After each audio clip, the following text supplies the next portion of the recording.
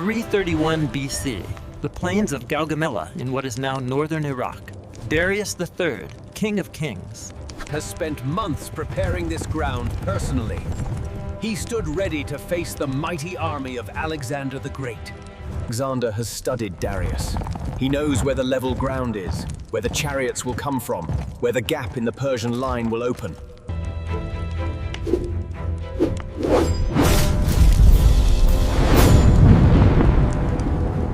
Coming from the direction of the ridge on the Persian left flank, a shape unlike anything the ancient world has produced appeared. It's the AH-64 Apache longbow. It was built in the 1990s to destroy Soviet tank columns in Europe. Alexander the Great has conquered everything the known world has thrown at him. He has never seen anything like this. Neither has anyone else. So, what if an Apache helicopter replaced Darius's troops and fought Alexander the Great's army? The helicopter! Everything about the Apache is designed around a single principle. At 58 feet long and 17,650 pounds loaded, the AH-64D is not a nimble machine in any conventional sense. It flies at 182 miles per hour, climbs at 2,500 feet per minute, and operates at altitudes up to 21,000 feet. Though today, it's working low until the last possible moment. The longbow millimeter wave radar dome sitting above the main rotor is the critical piece. Fully self-contained, it generates its own signals. Needs no satellites, no external data link, nothing from the outside world. It can detect, classify, and prioritize up to 256 targets in under 30 seconds. The Apache can map an entire ancient army before that army agrees on what it's hearing. The weapons it carries once it decides to act. 8 AGM-114L longbow Hellfire missiles. Radar-guided, fire and forget, designed to punch through the armor of a main battle tank from 5 miles away. Once launched, the missile finds the target on its own.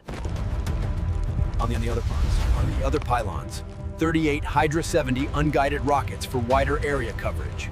Capable of 625 rounds per minute, accurate enough to engage individual targets from around 1 mile away. Against flesh, wood, bronze, and horses, this loadout is not tested. It is categorically beyond what any of these materials were designed to survive. Alexander's army. This needs to be said clearly. Alexander's army at Gaugamela is not a disorganized mob that panicked and ran.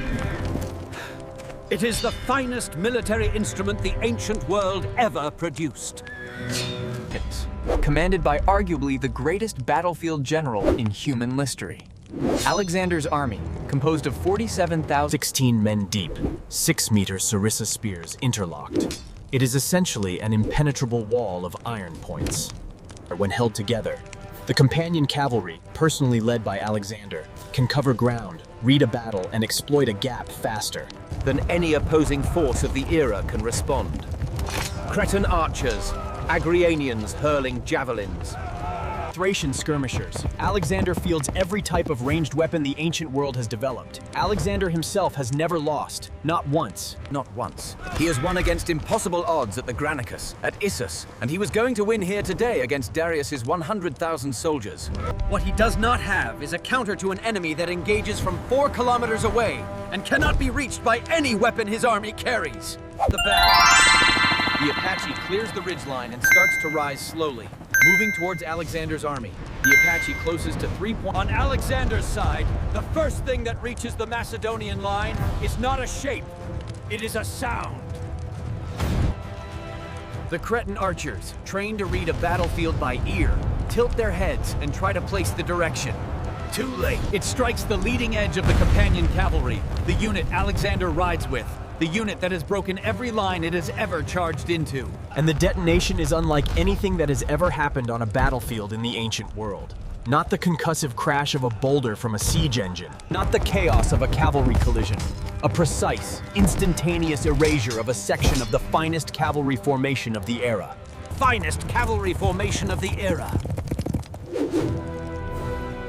Alexander, unhurt. He does not flee. He reforms. As the Apache approaches, some men finally notices the shape in the sky. They stare at something their world has no category for. These are soldiers who have marched through lands where people worship different gods, speak different languages, fight with different weapons. But everything they have encountered in 3 years of conquest has been human, animal, or built by human hands. In 3 years of conquest has been human, animal, or built by human hands. This thing is none of those. It hangs in the air the way nothing hangs in the air. In the ranks of the Phalanx, where men stand close enough to hear each other breathe, the first responses are not tactical. Whispered names. Zeus, Apollo, some nameless daemon pass between men But who have no framework for what they are seeing. A few soldiers in the rear ranks begin to pray. Others grip their sarisas tighter, because that is what training tells you to do when the world stops making sense. The officers respond faster. Commands ripple along the line. Hold formation! Hold position! Wait for Alexander's signal! The second Hellfire targets the hyperspists, the elite infantry that forms the critical link between the companion cavalry and the main Phalanx. The third strikes the leading battalion of the Phalanx itself. Each detonation teaches the Macedonian army the same lesson.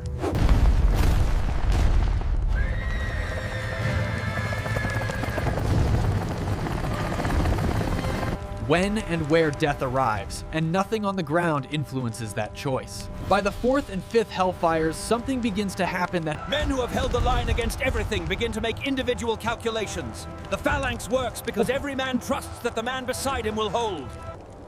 But the Phalanx is designed to resist a force pushing against it from the front. Infantry, cavalry, chariots. that descends from above, that kills from inside the formation, that cannot be pushed back because it was never close enough to push. The 6th Hellfire hits the Thessalian cavalry on the left wing. The 7th and 8th find clusters of infantry that have unconsciously bunched together. 8 Hellfires, 8 detonations. In less than 10 minutes, every key formation in Alexander's order of battle has been struck at least once. At least once. The companion cavalry is scattered. The hypaspists are shattered. Gaps have opened in the Phalanx that no officer is able to close, because the men who would close them are dead or running. Now the Apache shifts to the Hydra rockets. The Hellfires were precision instruments, each one aimed at a specific formation, a specific concentration. The rockets are different. They are unguided, fired in salvos, and they are designed to cover ground. The crew begins working them across the plain in patterns, targeting the largest remaining clusters of soldiers, the rear Phalanx battalions that are still holding formation. Each salvo of rockets lands across a wide area, and for men standing in dense formation shoulder to shoulder, there is nowhere to move. The men in the rear ranks cannot see what is killing the men in the front ranks. They only hear the sound. And a series of rapid concussions. And then the formation ahead of them stops existing. 38 rockets, fired across perhaps 15 minutes. The rockets do not kill with the concentrated precision of the Hellfires. They make the entire plain feel lethal. There is no part of the battlefield that is safe. Men who fled the initial Hellfire strikes and regrouped 500 meters away discover that 500 meters means nothing. The ancient instinct, to run until the enemy is far enough away, does not work against a thing that sees everything and reaches everywhere. The Cretan archers loose volley after volley toward the shape in the sky. Their effective range is perhaps 200 meters on a high. The ancients hurled javelins at nothing. Every ranged weapon the ancient world has perfected falls thousands of meters short. Some men simply stop trying and kneel, because the only thing left is prayer. Then, the 30mm chain gun opens up. By now, the army is no longer a formation. It is a mass of men moving in every direction, some running, some frozen. Some frozen, some still trying to obey orders that no longer apply to a battle that no longer exists. The chain gun works at 625 rounds per minute. Through optics that can read a man's posture from over a kilometer away. It is methodical. It moves across pockets of resistance. It moves across pockets of resistance. The officers still trying to rally men. The stubborn veterans who refuse to flee because they have never fled. The cavalry horses that are dragging riders across the open ground. Alexander is still trying. He has ridden toward the Apache, away from it. Attempted to use his remaining cavalry to flank from the right, where the terrain might offer some approach. He is doing everything correctly. The Apache tracks him through all of it. The longbow radar indifferent to the brilliance of the man it is watching. Assigning him a target value identical to every other heat signature on the plane. He is pulled back by his officers before the next burst finds him.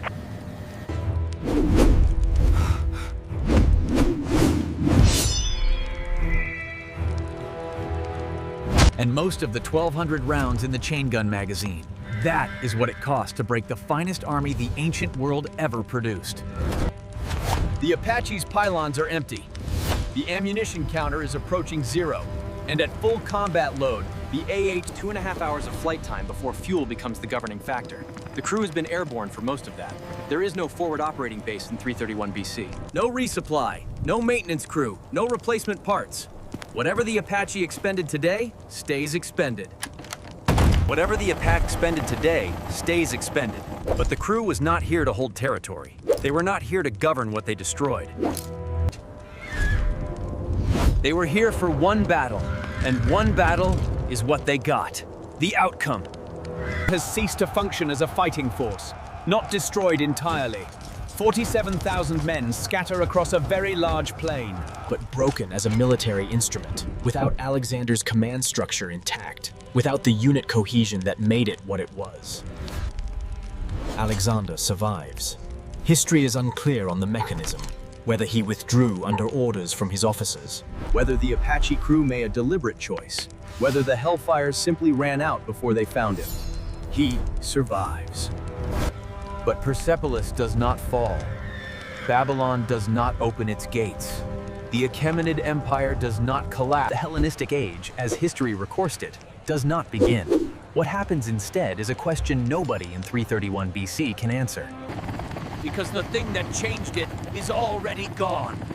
Fuel exhausted, rotors silent, settling somewhere on the... The historians who should have written about this, Arrian, Plutarch, Diodorus, will instead write about a battle at Gaugamela, where Alexander faced a demon from the sky, and the army of Macedon broke for the first and only time. They will not agree on what the demon looked like. They never do.